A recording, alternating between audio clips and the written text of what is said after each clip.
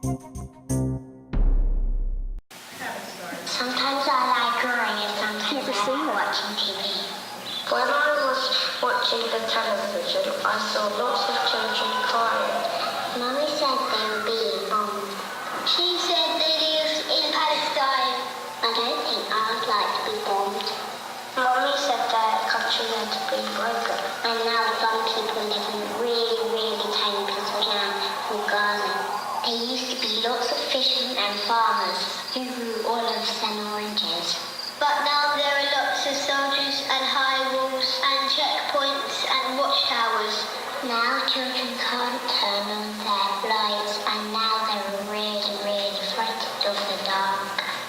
And bombs drop on their houses. Can't they go down to the sea and play on the beach? Can't they see the birds in the sky? Can't they go to school? Can't they go to their friend's house? Can't they go out and play? Can't they play in their bedrooms? Can't they see their mummies? Why do they have to die? What happens when you die? Does it hurt? Why are we letting Palestinian children die? Wow. I have to say that that's the first time I've seen that also, and I have no idea who made it. Do you? No. So it just arrived, and there it is. It's on my website. I don't even know how to get the website. I'm like from a whole other generation, as many of you are, I'm sure. But I can barely get my mail. Okay, I'm going to tell you a little bit about myself, and then I'll come back to that quick thing that is on our website. And I'm Barbara, and I'm 73 years old. I have 4 children and 7 grandchildren. 2 of my grandchildren are from Ethiopia. And one of my children has Down syndrome. Charlie was born in 1968, and there were very few people kept their children around that year, and he's probably like one of the first generation to be raised at home. I got very involved in school districts. When you have a kid with a disability, or even if you have one without a disability, you get involved in the school district and fight for a good education for your kid. I had many lawsuits against many school districts, and I won every one, never asking for money, but asking for change that would allow our children, kids with disabilities, to be in regular classrooms and to be educated with everyone. I helped write the laws around the rights of education for children with disabilities, and let me see. I'm going to tell you about me. I was during the Vietnam War, I was a draft counselor. I counseled young men and women not to go to war, but to go to Canada, and many of them did. I'll tell you this story. We all look like we could use a little smiling after all this. One day I had counseled a young man to get into Canada, and he came to see me the day before he was leaving, and he said, "I have a present for you, Barbara." And I said, "What is it?" And he said, "Here." And he gave me a letter from General Hershey saying that he was to come for his physical in a week. And he left for Canada. He gave me the letter, and I went to the draft board at 401 North Broad Street, for those of you who know Philadelphia. And I'll let you guess the rest of that story, but I was led away by several Philadelphia policemen and arrested. I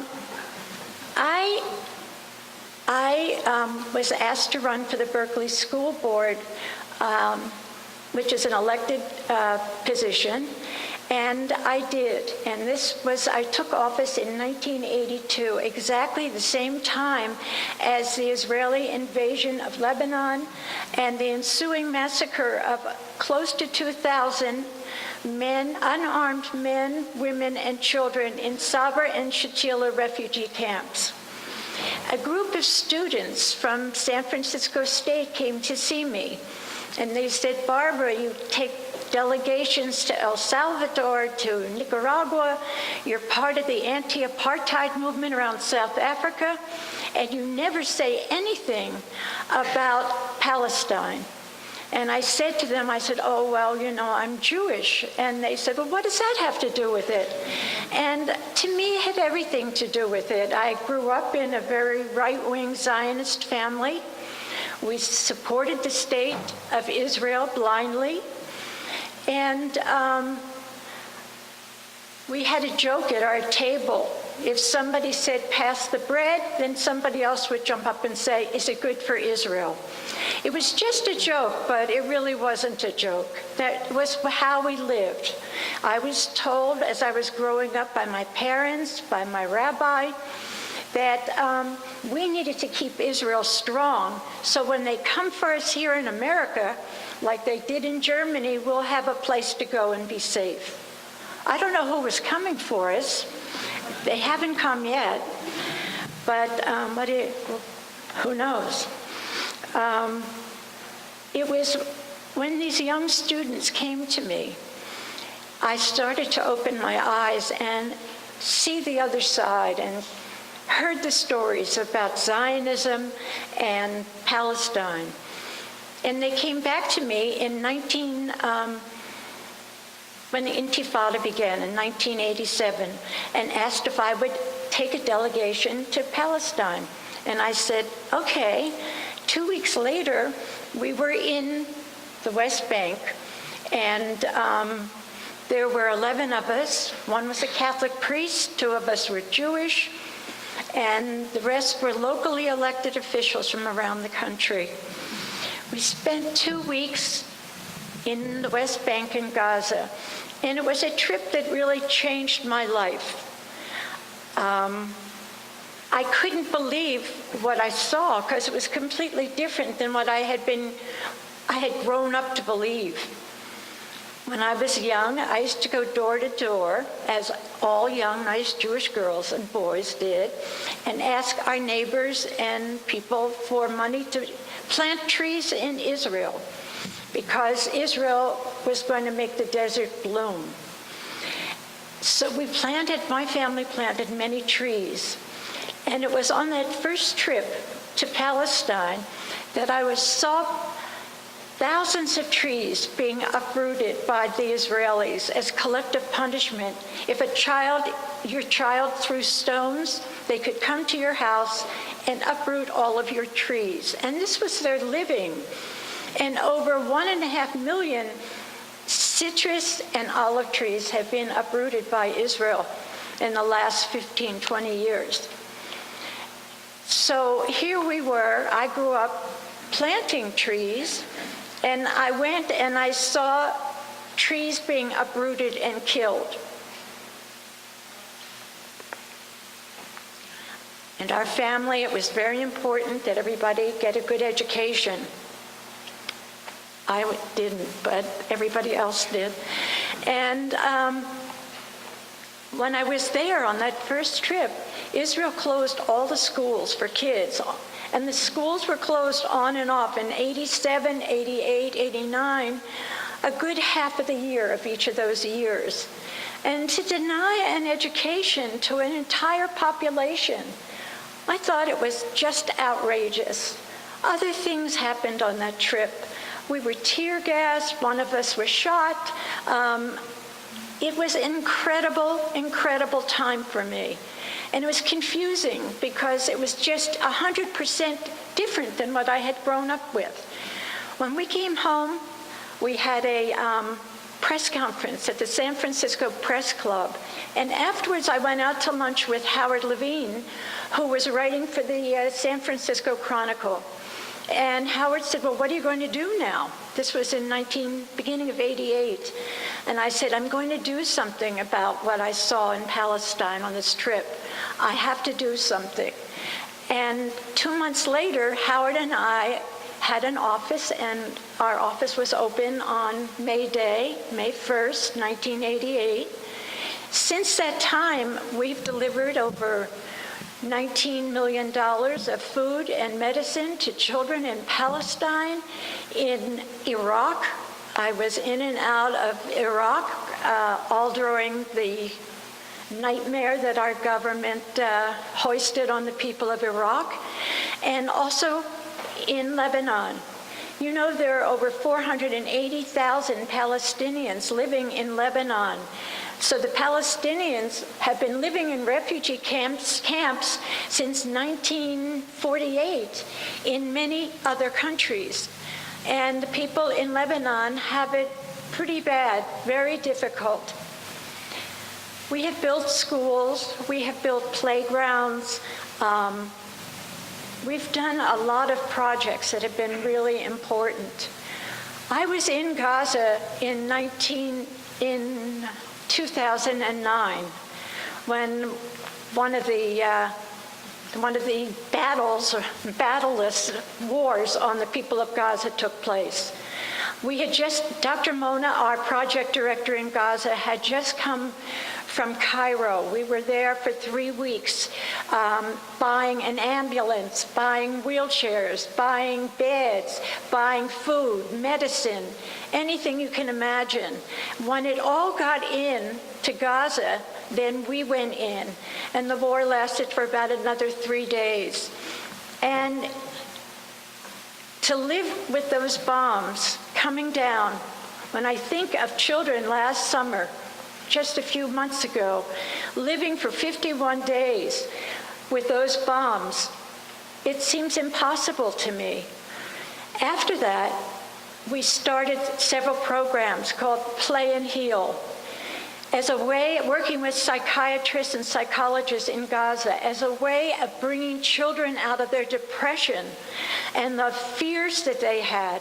I went to school with kids of the family I was staying with on the very first day of school. This was in 2009-10. And when we got to school, in every classroom, there would be 1, maybe 2 or 3 desks with a little candle on it and a child's name. So there were close to 500 children killed in that bombing that took place. But in every classroom, almost in Gaza, there was this scene of these desks with the candles and the names of the child that used to sit there.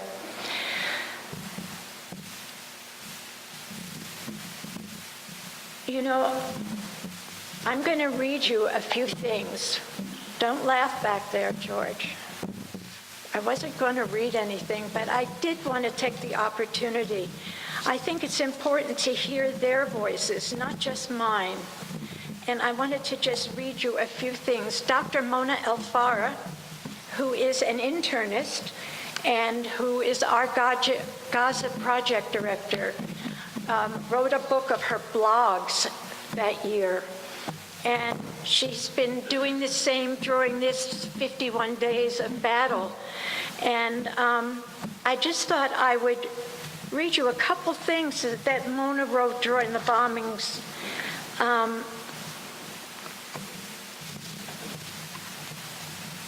Maybe.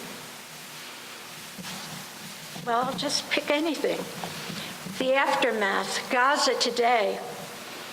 Here's the outcome of the Israeli military operation against Gaza. 117 killed, 350 and more injured. These numbers are preliminary, as the emergency teams were only allowed to evacuate tens of injured and some dead this morning. Some who were lying in the citrus orchards, dead and injured, all civilians. They suffered serious injuries. In some cases, the casualties were of the same family, and many children were killed. At that time, Dr. Mona took me to a family, the Simone family. Over 40 members of one family had been killed from the bombs. One of the things that happens is, and when I was there during that bombing, is that the Israelis come around in these helicopters, or they call up the family and they say, we're about to bomb your neighborhood. And many families would run out to find some place to get away from where they were going to bomb. And the Israelis would be out there waiting, and they would shoot the families as they came out. This happened to Dr. Mona this summer. 9 members of her, we talked to her every day, sometimes 4 and 5 times a day. And this day when I called her, she was crying, and I said, "What is it, Mona?" And she said that 9 members of her family, including 6 children, this is what happened to that family. They got a call, and they said, get out of your house. The Israelis are going to start bombing there. They ran out, and they were killed. 9 members of one family. With the Simone family, the children that were left, we wrote about it, we talked about it, and people were very generous, and we were able to set up a program for the surviving members, children of that family, and other children who were survivors. I try and talk about what's happening in Palestine, and sometimes I just hear myself blah, blah, blah, and I wonder, what are you thinking? What do people think when they hear these stories? Sometimes people say, "Oh, you're lying, you're a self-hating Jew," which reminds me of Woody Allen. He wrote an article at the beginning of I forget when it was, when Israel had a policy called the Iron Fist policy. And that was that they were to take the arms of the children when they caught them for throwing stones and break their arms. And Woody Allen read about this, and he wrote to the New York Times, and he said, "Is this what we survived Auschwitz for? To turn around and to do the same thing to Palestinian children?" He was attacked by all of Hollywood, everybody went after him, and they called him an anti-Semite, a self-hating Jew. And then he wrote back just these 2 little lines, and he's never said a word since about Palestine. He wrote back and he said, "It's true, I hate myself. It's true, I'm Jewish, but I don't hate myself because I'm Jewish." And then that created a whole other horror of letters and attacks, and then he never said another word about Palestine. It's very difficult for some people to talk about this issue. And I know that personally, because when I started to do this work in 1987, it was really unheard of. And when I think about it now, 27 years later, and all the work we've done, there are times when I think, how could I have done this? And how much longer can I do it? It's really hard to lose all your friends and have people not talk to you, people that used to love you, cross the street when you walk down the street. When you do an event, we did an event with Noam Chomsky in 1991, a Jewish organization, a Zionist organization, sent out an email, and it was signed. It was a letter. It was signed by 19 professors at the University of California at Berkeley, accusing people who were planning to go hear Noam speak at the Berkeley Community Theater of being a self-hating Jew, and Barbara and Noam being self-hating Jews. And they set up picket lines at all the individual, independently owned bookstores in the Bay Area, telling people that if they went in to buy books of Noam Chomsky's, they were going to close the bookstores down. It went on for quite a long time, and finally the night came. I had just come back from Iraq, and The event took place. 3,600 people showed up. It was amazing to see how many people and in the community stood up for us. But, that's unusual. It's a battle, and it's a battle that I always think this, if the Palestinians can continue to go on and to fight to live and to stand back up, rebuild their homes over and over again, if they can do that, then I can take a little attack from some stupid people. In terms of this art exhibit that you saw up here, it was an exhibit that was brought back to the United States from a woman who was on a delegation, and she saw the pictures, and it was in 3 art centers that MECA had set up and supported. And she brought them back, and she asked me if I would like to show the exhibit in Berkeley. And I said, sure, I'd be happy to do it. And we worked with the Children's Museum in Oakland for 6 months. We had schools that were prepared to come and see the exhibit. We had a psychologist who was going to be there to help if there were any problems or kids were upset by it. I mean, we worked for 6 months. 2 weeks before the exhibit was to open, I got a phone call from this man who was head of the board of the museum. And he said, I need to talk to you. I said, well, come on over. And so he came over with 2 other board members. And he said, I hate to tell you this, Barbara, but we are not going to be able to show the exhibit. We had sent out email after email. People were excited about seeing this exhibit, and they refused to back down. What had happened was that several Zionist organizations had called the museum and had threatened to call all of the funders of the museum and tell them that they're going to withhold money. I mean, it went on and on. And in the end, they refused to show the exhibit. But we found a small space that was empty in Oakland, right around the corner from the museum.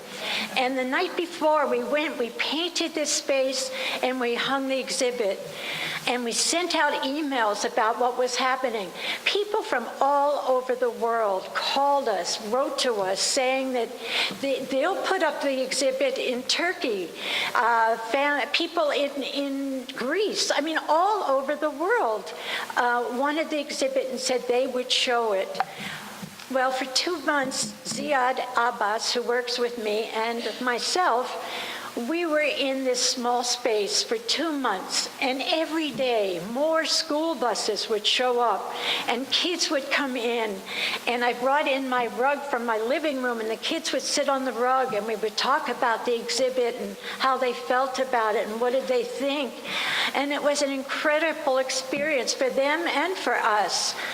And I did thank the Zionist community in the Bay Area because thousands of people showed up. I said, thank you so much for what you did, because if you hadn't, probably only about 100 people in the whole neighborhood would have come to see it. But because of your behavior and what you wrote about it, the place was packed every day. So thank you.